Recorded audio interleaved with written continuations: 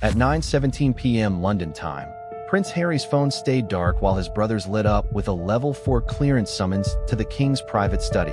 No aides, no minutes. Just the two most powerful men in the monarchy. And in that single, deliberate exclusion, Harry knew this wasn't just a meeting.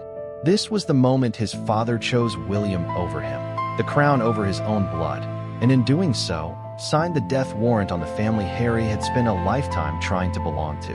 The devastating truth? He wasn't just being left out. He was being erased. At 9:17 p.m. London time, a level 4 clearance notification lit up Prince William's encrypted palace device with a single line. His Majesty requests your presence. Room K12. No aides. No minutes. 9:30 p.m. sharp. The message was coded, the room number classified, the urgency undeniable. But the most devastating detail wasn't the summons itself. It was the absence of a second notification on Prince Harry's phone in Montecito, the one that should have arrived at the exact same moment, the one that would have told him his father needed to see him too. Instead, at 7:23 p.m. Pacific time, as William was being summoned to the most secure room in Buckingham Palace, Harry's phone buzzed with a breaking news alert from the Sun. Exclusive. King Charles in emergency summit with William, Harry, and Meghan not invited. The timing was too precise to be coincidence. The exclusion too deliberate to be a mistake.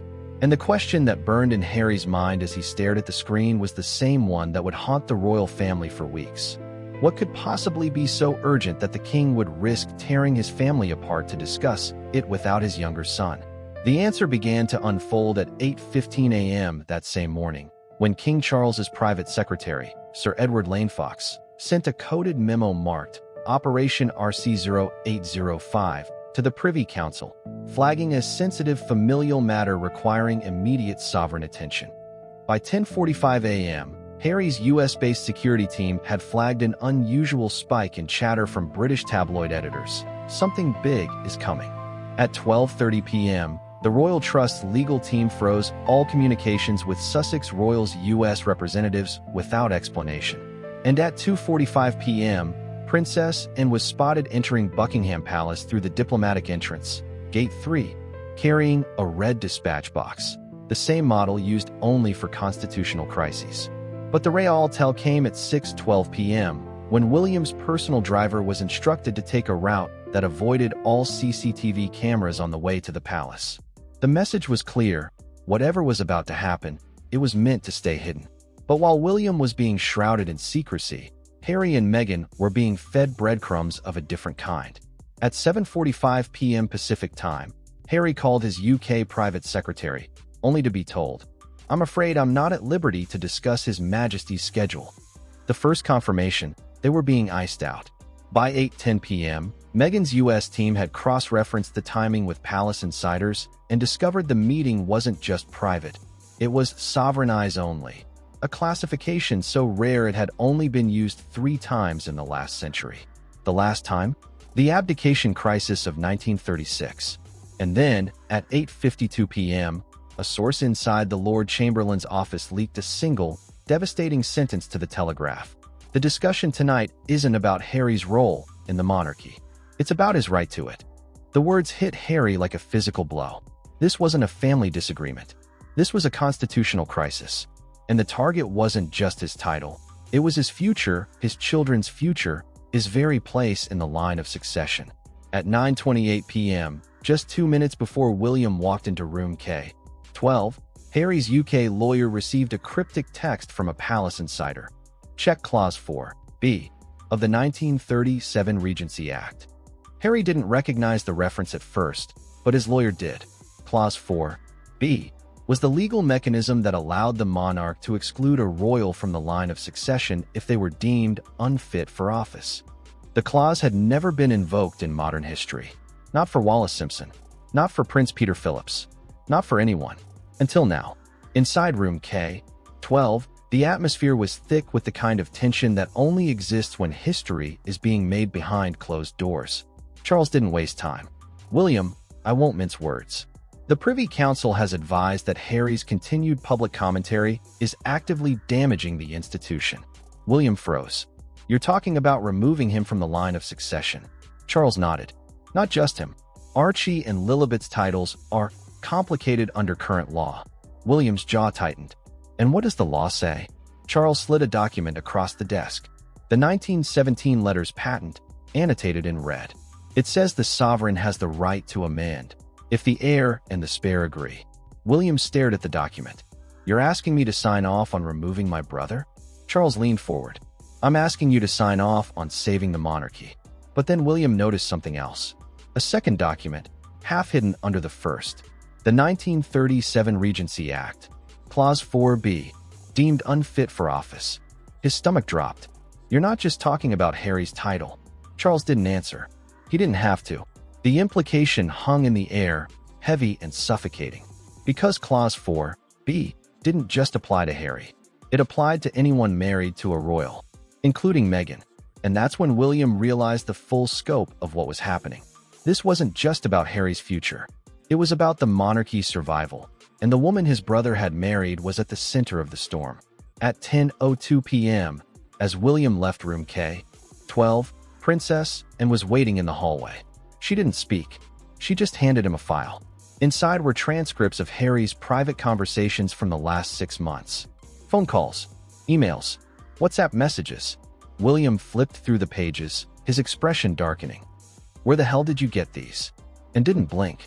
The GCHQ has been monitoring since the Netflix deal. William stared at her. You had my brother's communications tapped? And shrugged. Not tapped. Reviewed. There's a difference. William slammed the file shut. There's no difference. And stepped closer. There is when the future of the crown is at stake. But the most damning transcript wasn't Harry's. It was Meghan's. A call with a U.S. producer. If they try to take our titles, we go nuclear. Nuclear. As in full-scale media war. As in the end of the monarchy as we know it. And that's when William understood the full picture. This wasn't just about Harry's behavior. It was about Meghan's leverage and the palace's fear of what she might do next. By 10:15 p.m., the palace's damage control machine had kicked into overdrive.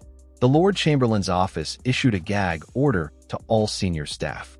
The royal household's press team prepped a statement. His Majesty is in regular contact with all members of his family. Security at Buckingham Palace was doubled, with extra checks on all entrances and exits. William's private secretary was instructed to delay all responses to Harry's team for at least 48 hours. But the most telling move came at 10:47 p.m., when Queen Camilla's private secretary sent a coded message to the master of the household. Prepare green room for extended stay. The green room, the secure suite used for royal family members in crisis. The implication was clear. Someone was about to be exiled. At 3:17 a.m. in Montecito, Harry couldn't sleep. He sat on the edge of their bed, staring at his phone, his hands shaking. Meghan woke to the sound of his ragged breathing. Harry, he didn't turn. I just got off the phone with Tyler. Tyler Perry, their U.S. ally. His voice was hollow. He said the palace has been leaking to the U.S. networks. Meghan sat up, her heart pounding. Leaking what? Harry finally looked at her. That we're planning to sue. A beat. Then Meghan's face went pale. We are planning to sue. Harry nodded. Exactly. They're setting us up to look like the aggressors. She reached for his hand. Harry, listen to me. We knew this was coming. We knew they'd try to cut us off. Harry pulled away, his voice breaking. But not like this, Meghan. Not by erasing our kids. She flinched, as if physically struck. Because that was the line. The one thing they'd both feared but never said aloud. At 7:58 a.m. London time, Tom Bradby sat in a secure ITV studio, a single sheet of paper in front of him. The camera wasn't rolling. Not yet. But in 2 minutes, it would be. And when it was, Tom would reveal the full story, live. But here's what no one knew yet. The document on Tom's desk wasn't just a leak. It was a legal filing from the High Court of Justice. A petition to amend the 1917 letters patent. Signed by King Charles. Countersigned by Prince William. And dated that very day, the petition's request? To formally remove Prince Harry, Duke of Sussex, and his descendants from the line of succession. Effective immediately. But the real twist was the grounds for removal. They weren't Harry's actions. They were Meghan's. Specifically, her repeated public criticisms of the monarchy, which the petition argued constitute a breach of the 1701 Act of Settlement, the law that bans anyone married to a Catholic or deemed unfit from inheriting the throne. And that's where the bombshell dropped. Because the 1701 Act of Settlement had never been used in modern history. Not for Wallis Simpson. Not for Prince Peter Philip's wife. Not for anyone. Until now. But wait. There was one more line in the petition. A single sentence that changed everything. This amendment shall be backdated to May 19, 2018, the date of the marriage between Prince Henry and Ms. Meghan Markle. The implication was staggering. If the petition passed, Harry had never been in the line of succession. Archie and Lilibet had never been prince and princess. And Meghan had never been a royal. At 8 a.m. London time, Tom Bradby went live on ITV. Good morning. We have breaking news this hour regarding His Majesty King Charles III and a historic legal filing that could reshape the British monarchy forever. The camera panned to the document in his hands. The petition, the seal of the High Court, the signature of the king. But here's where the story took another turn. Because at that exact moment, Harry and Meghan's secure line rang. The caller ID read unknown, but they both knew. It was the palace. Harry answered, his voice steady despite the storm raging inside him. The voice on the other end was calm, measured, the kind of tone reserved for delivering news that would change lives forever. Prince Harry, His Majesty requests your presence in London. Alone. The line went dead before Harry could respond. Meghan's breath caught. What did they say? Harry's grip on the phone tightened. He wants me in London. Alone. Meghan's eyes widened. And what about me? Harry didn't answer. He didn't need to. The message was clear. This wasn't just an exclusion. It was a separation. At 8:15 a.m., the palace's press office released a carefully worded statement. His Majesty King Charles III has called for a private family meeting to discuss matters of great importance to the crown. No further details will be provided at this time. The language was deliberate, the kind used when the truth is too volatile to be spoken aloud. But the subtext was unmistakable. The monarchy was at war with itself. By 8:30 a.m., the story had broken in the U.S. CNN, Fox News, MSNBC, all leading with the same headline. King Charles moves to remove Harry from line of succession. The pundits were speculating. The legal experts were weighing in. And the British public? They were divided. Some saw it as a long overdue reckoning. Others saw it as a betrayal of blood. But the one thing everyone agreed on? This was the biggest royal crisis since the abdication. At 9 a.m., Harry's phone buzzed again. This time, it was a text from an unknown number, midnight. Secure line. Don't tell anyone. Harry stared at the screen, his mind racing. Midnight their time was 8 a.m. London. Meghan grabbed the phone, her eyes scanning the message. It's from Tom Bradby. Harry nodded. The ITV journalist. The one person they trusted in the UK media. But why now? Why Tom? And what were they about to hear? The next few hours were a blur. Harry booked a private jet, the kind that could get him to London without the prying eyes of the paparazzi. Meghan packed a bag, her movements mechanical, her mind elsewhere. They didn't speak much. What was there to say? The weight of the moment pressed down on them, heavy and suffocating. At 12 p.m. London time, Harry's jet touched down at a private airfield outside the city. No fanfare, no cameras, just a black car waiting to whisk him away to the palace. Meghan stayed behind. The message had been clear. This was Harry's fight alone. As the car pulled away, Harry looked out the window, his reflection staring back at him. He looked tired, older. The weight of the last few years had taken its toll. But there was something else in his eyes. A fire. A determination. Because this wasn't just about his title. It was about his family, his children, his future. And he wasn't about to let it be taken away without a fight. At 2 p.m., Harry walked into Buckingham Palace through a side entrance, his steps steady, his expression unreadable. The halls were quiet, the usual bustle of staff and aides noticeably absent. It was as if the palace itself was holding its breath. He was escorted to the green room, the secure suite reserved for family members in crisis. The door clicked shut behind him. He was alone. At 2:15 p.m., the door opened again. Charles entered, his expression grave. Harry didn't bow. He didn't curtsy. He just stood there, his hands clasped behind his back, his eyes locked on his father's. Charles didn't speak at first. He just looked at his son, his eyes filled with a mix of sadness and resolve. Then, finally, he broke the silence. Harry, we have much to discuss. The conversation that followed was one of the most tense in royal history. Harry didn't pull his punches. "You're trying to erase me." Charles didn't deny it. "I'm trying to protect the institution." Harry's voice rose. "And what about your grandson? What about Archie and Lilibet?" Charles's expression didn't waver. "Their titles are complicated." Harry's hands curled into fists. "Complicated? You're talking about taking away their birthright." Charles sighed. "It's not that simple." Harry's voice was cold. "It is that simple. You're choosing the crown over your family." But then Charles dropped the real bombshell. "It's not just about you, Harry. It's about Meghan." Harry went very still. "What about her?" Charles's voice was quiet. "The 1701 Act of Settlement." Harry's mind raced. That's ancient law. It's never been used." Charles nodded. "Until now."